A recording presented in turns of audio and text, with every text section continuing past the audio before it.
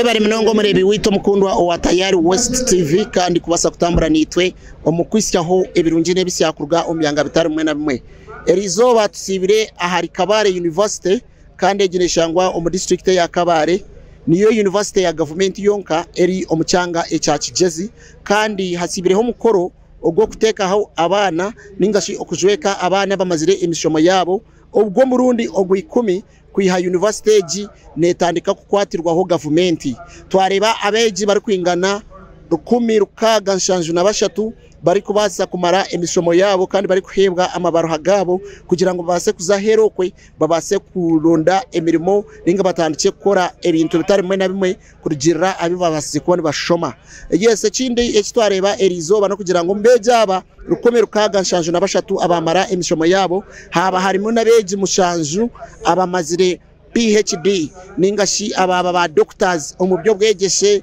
bitari bimwe na bimwe no mu field zitari zimwe na zimwe twabasa kumanyisibwa ngo Erizoba graduation tiyaba nkeza burijo habo kuba Erizoba yabeye bembirwe vice chancellor ahanyuma yo birori chancellor wa university Mondo kagonyera professor kumura kandi government ekata hondijo orukumanywa nka Canon Matthew Ruchikire kandi obiro takajwecerwe obukurobu obutabasa kubaho Erizoba kugira ngo abase koro mukoro guso obwo Erizoba gwayebemberwa omucyara Professor Joy Kwesiga kandi ogunwe Vice Chancellor wa University AG. A message to graduates: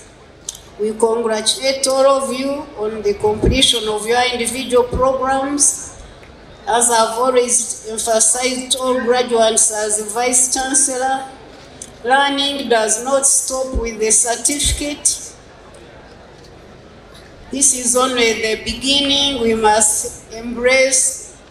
lifelong learning. Haikaho abantu batari bamwe na bamwe kuruga omubyo butegeki kuruga omubyo amadini kuruga omu business kuruga omu field zazindi zitari zimwe na zimwe omucyange cye cya Kigezi kandi twareba abeji bari kwigwa kugira ngo obo bamare mishomo yabo babase kugumiza muni bakora namani mingi kugira ngo barwanire emibereho mirungi yabo nebyangi bari kurugamo nangwa nihanga ryitu rya Uganda ryona oktwariza hamwe. Let whatever it is we have,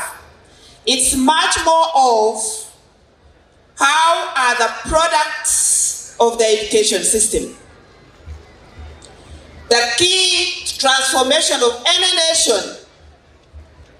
are the products, are the outcomes of the education system. Twagamba hona bamwe abeje abamare mishomo yabo kandi nabo batworeka kwesima bagumize ngo urugendo no burubire rutari guhi ngo urugendo no burubire rutanguhi ko kababasa kuhendera kurunji munonga emisomo yabo kandi basima ruhango wahigura munonga kubayisya abusinguzi iyi program norara noreba ubumwe nangora banamu oyisogwero enda kugirugaho